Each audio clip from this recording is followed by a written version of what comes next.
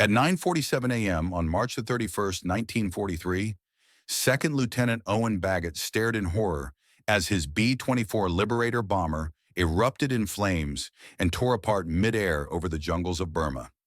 13 Japanese fighter planes circled overhead, waiting to finish off any survivors. The 22-year-old co-pilot had been flying combat missions for 8 months out of India's Pandiar Air Base, and on this fateful day, his aircraft, part of the 7th Bomb Group's 9th Squadron, was leading a crew of 8 toward a critical railroad bridge target at Pinmana when disaster struck first. The attackers were Ki-43 fighters from Japan's 64th Sentai, launched from bases flanking the bridge and known to American air crews by the codename Oscar. Light, highly maneuverable, and lethal in the hands of seasoned pilots, these 13 warplanes were climbing through 4,000 feet when they spotted the formation of 12 B-24s. Back on Bagot's bomber, First Lieutenant Lloyd Jensen struggled to maintain control as fire spread rapidly through the fuel tanks. Oxygen bottles ruptured one after another, feeding the inferno raging inside the fuselage. The intercom went dead instantly, cutting off all verbal communication. Left with no other option, Bagot resorted to hand signals, urgently ordering his crew to bail out. 19-year-old Sergeant Samuel Crossstick sprang into action, grabbing 2 fire extinguishers and standing on the narrow catwalk above the open bomb bay to fight the blaze. But his valiant efforts were in vain. The fire was spreading too fast. When Jensen gave the final order to abandon ship, Bagot watched 4 parachutes blossom below him before the B-24 exploded in a blinding flash. He counted the figures drifting downward, only to hear a sound that every airman parachuting into enemy territory feared: the high-pitched whine of fighter planes diving straight for them. The Ki-43s weren't targeting the wreckage of the bombers anymore. They were zeroing in on the defenseless men hanging beneath their parachute canopies. American intelligence had long documented this brutal tactic. Japanese pilots often strafed parachuting enemy airmen to eliminate any chance of their rescue and return to combat. 2 of Bagot's crewmates were cut down by machine gun fire before they could even reach the ground. A bullet grazed Bagot's left arm, soaking his flight suit in blood. Thinking fast, he went limp, letting his head slump forward and playing dead in his harness, hoping the enemy pilots would dismiss him as a corpse and focus on other living targets. As the wind spun him slowly through the air, he kept his eyes slit open, watching as one Ki-43 peeled away from the pack and turned toward him. The Japanese Ki-43 pilot was now a mere 20 feet away, possibly even closer, hovering his aircraft on the edge of a stall, nose tilted upward, and barely maintaining flight. Leaning slightly out of the open canopy, he studied Bagot's motionless form, checking for any signs of life to confirm the American was dead before moving on to his next target. What the pilot didn't know was that Bagot's right hand had been resting against his leg ever since he pulled the ripcord, his fingers wrapped firmly around the grip of his Colt M1911 pistol, the standard sidearm issued to U.S. Army Air Forces officers. Loaded with 7 rounds in the magazine and 1 in the chamber, the .45 caliber weapon had never been fired in combat before. Bagot had never imagined he would need it for anything other than ground survival. In one swift movement, Bagot raised the pistol and aimed directly at the open cockpit. The Japanese pilot's eyes widened in shock as he spotted the movement. But it was too late. Bagot squeezed the trigger 4 times in less than 2 seconds, the sharp cracks of gunfire echoing across the sky. The Ki-43's nose dipped suddenly, its engine sputtering and changing pitch before the fighter plane went into a violent spin. Bagot watched helplessly as it plummeted 3,000 feet, tumbling out of control until it vanished into the dense jungle tree line below, swallowed whole by the wilderness. Still bleeding from his arm and drifting downward, Bagot knew the danger wasn't over.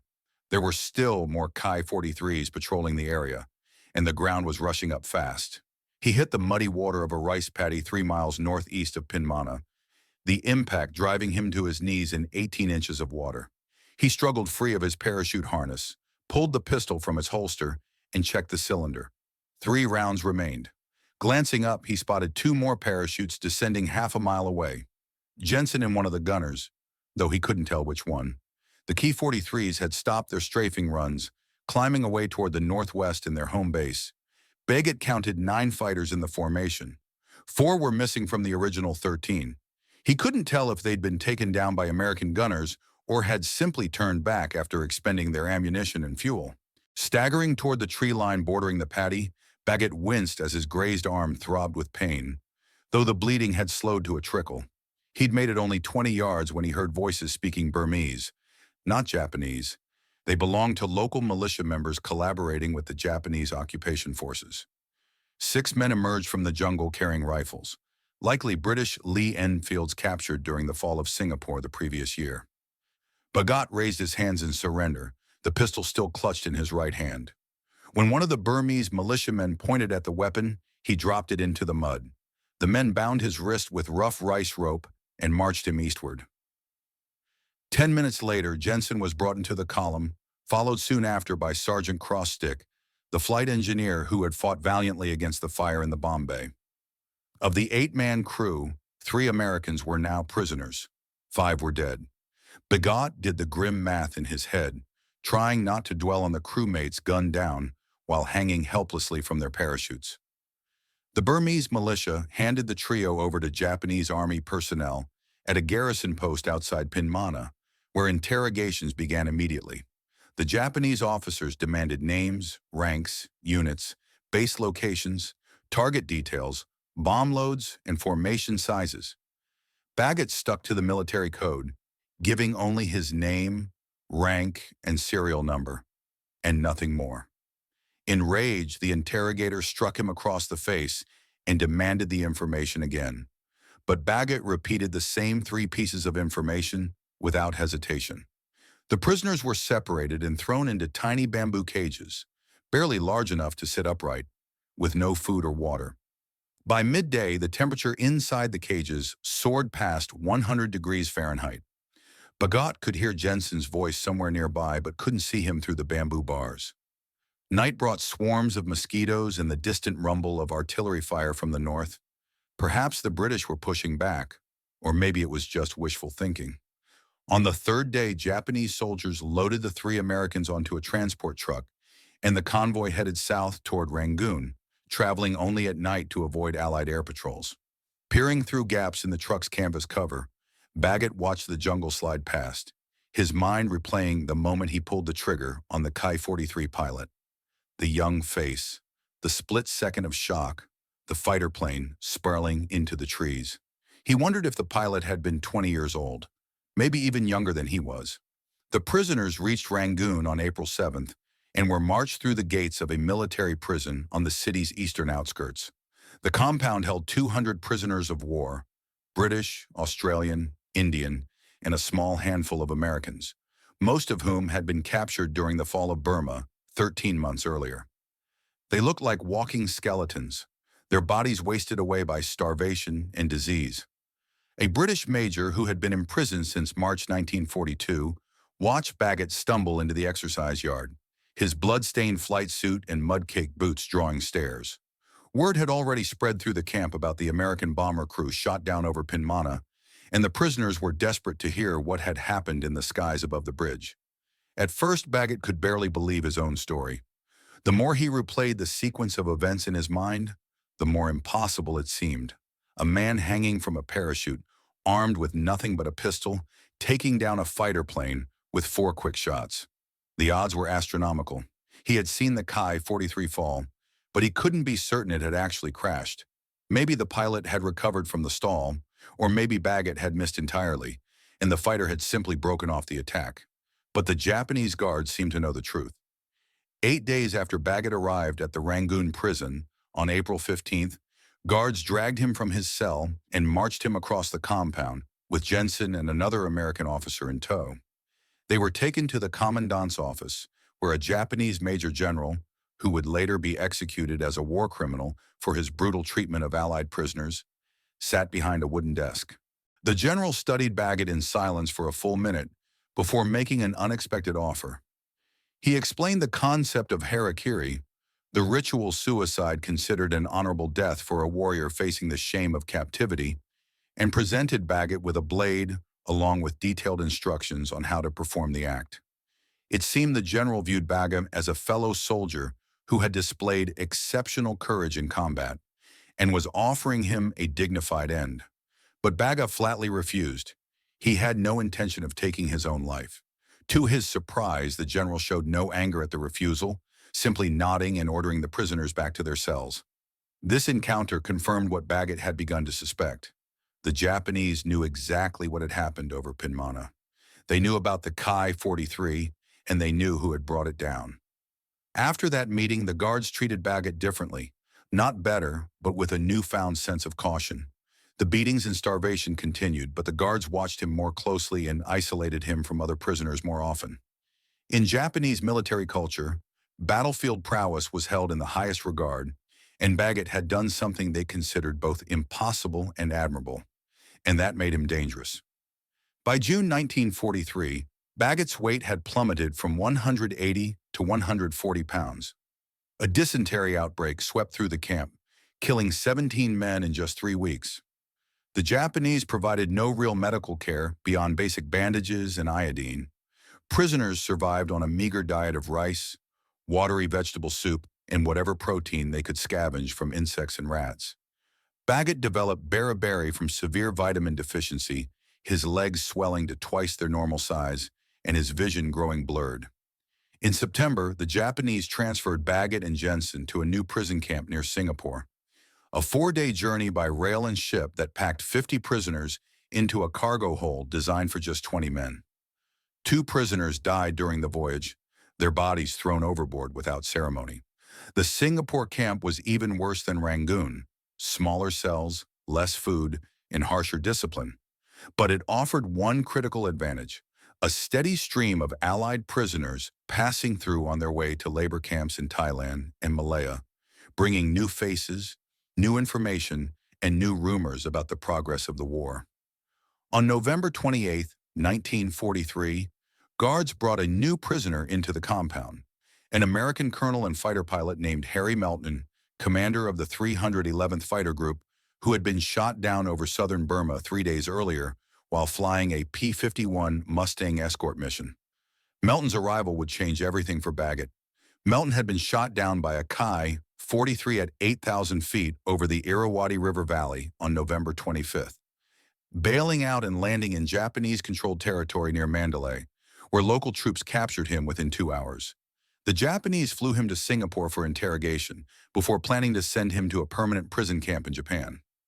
Though guards kept him separated from other prisoners during initial processing, Melton managed to exchange brief words with Bagot during exercise periods, and he recognized him immediately from intelligence briefings back in India. The 7th Bomb Group's heavy losses over Burma had been widely reported, and every unit in the theater knew about the March 31st mission to Pinmana. During his interrogation in Burma, Melton told Bagot a Japanese colonel had spoken of the American bomber crew shot down over Pinmana 8 months earlier, his tone a mix of respect and disbelief. The colonel described how one B-24 crewman had fired at a KY-43 pilot while hanging from a parachute, causing the fighter to crash. Recovery teams had found the Japanese pilot's body 200 yards from the wreckage, his cause of death listed as a single bullet wound to the head, not injuries from the crash. The .45 caliber round had entered through the left side of his face and exited behind his right ear, killing him instantly before the Ki-43 began its fatal spin into the jungle. Melton promised to file an official report with Allied command once he returned to friendly lines, determined to document Bagot's unprecedented achievement: an aerial kill with a sidearm while suspended beneath a parachute canopy. But Melton never got the chance to make that report. On December 14, Japanese guards loaded him and 47 other prisoners onto a transport ship bound for Japan. Sailing north through the South China Sea without an escort, the vessel gambled on speed and luck to evade Allied forces. But by late 1943, American submarines controlled those waters. The USS Sea Lion detected the transport on December the 17th at 3 a.m., firing 4 torpedoes from 1,200 yards away. 3 hit their mark. The ship split apart and sank in just 11 minutes. Survivors clambered into lifeboats, drifting for 2 days before a Japanese destroyer spotted them. In a final act of cruelty, the destroyer's crew machine-gunned the lifeboats, killing everyone except one British officer who survived by hiding under the bodies of his fellow prisoners until the ship departed. That officer later confirmed Melton's death to the U.S. War Department and recovered a letter Melton had written to his wife while imprisoned in Singapore. A letter that mentioned an American pilot who had done something extraordinary over Burma, something even the Japanese found hard to believe. But the official report of Bagot's pistol shot died with Melton in the South China Sea, leaving only a second-hand account from the British survivor and rumors swirling through POW camps across Southeast Asia. Bagot remained in the Singapore camp through the winter of 1944, his weight dropping to a skeletal 110 pounds by March, his ribs protruding through his skin, and his teeth loosened by scurvy. Daily rations consisted of a single cup of rice and watery soup made from vegetable scraps, with a small piece of dried fish provided twice a week, protein that prisoners would fight over, even scavenging fish heads and chicken feet from the guards' kitchen waste. The work details were even more brutal than the hunger. Japanese engineers forced prisoners to build airfield defenses around Singapore, with Bagot spending 6 months hauling coral stone for revetments and anti-aircraft positions, working 12-hour days in 100-degree heat. Guards beat anyone who slowed down. Men collapsed from heat exhaustion and dysentery, and some never got back up. In November 1944, American B-29 superfortresses began night raids on targets around Singapore, and Bagot watched from his cell as searchlights sliced through the darkness and anti-aircraft fire lit up the sky. Bombs fell on docks and oil facilities just 3 miles from the prison, the concussions shaking the walls and igniting a spark of hope in the prisoners' hearts. By January 1945, Bagot's weight had bottomed out at 90 pounds, and he could barely walk without assistance. His beriberi had progressed to the point where his legs could not support his weight for more than a few minutes. Jensen helped him to the latrine and back, and other prisoners shared their meager rations when they could, including an Australian sergeant who gave Bagot half a lime stolen from a guard's lunch, a small dose of vitamin C that likely saved his life. As the war turned against Japan, the guards grew increasingly nervous. Germany surrendered in May, American forces captured Okinawa in June, and B-29s firebombed Japanese cities nightly. The guards stopped pretending the war was going well.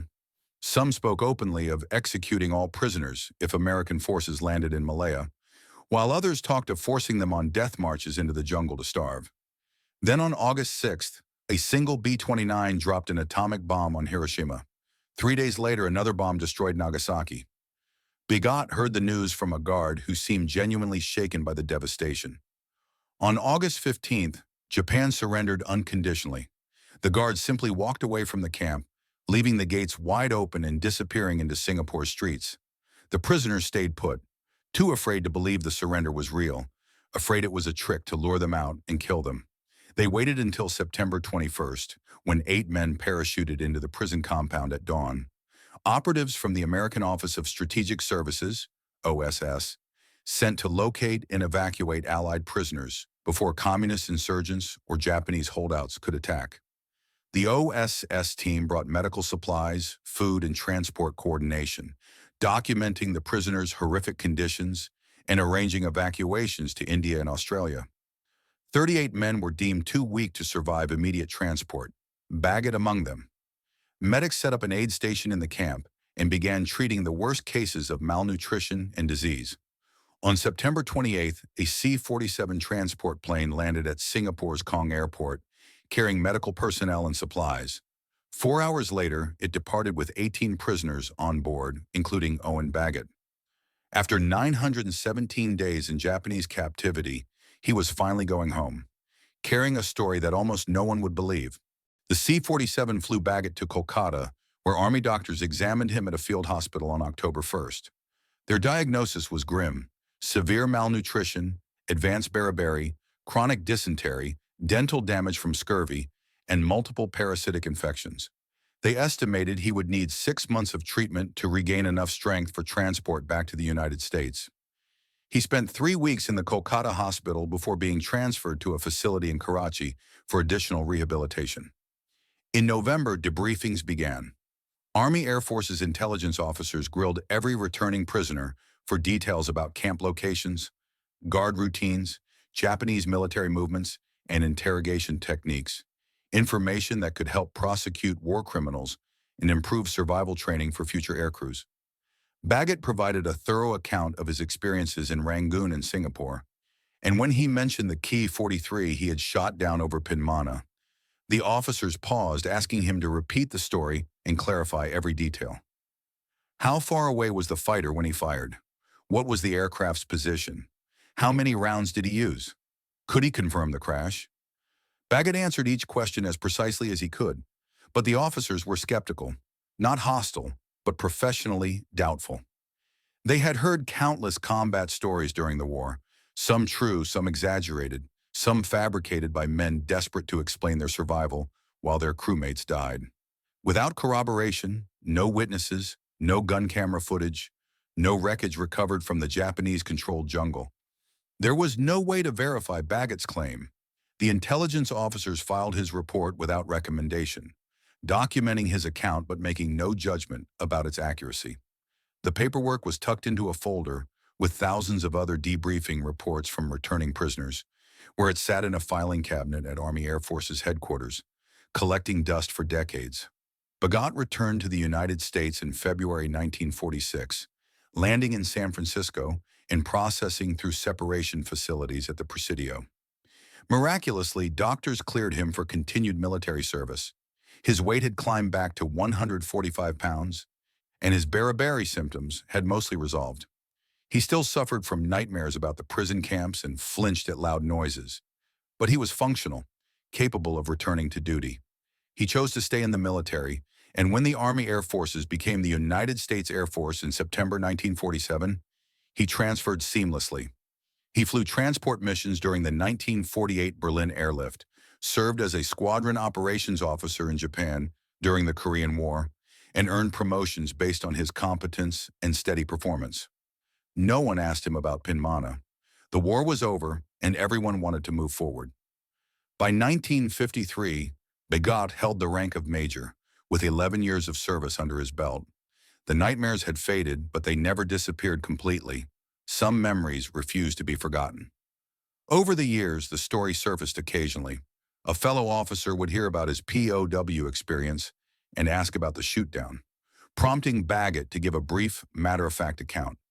Sometimes they would press for details about the parachute incident, and he would describe what happened as accurately as he could remember. Most listeners reacted with polite skepticism.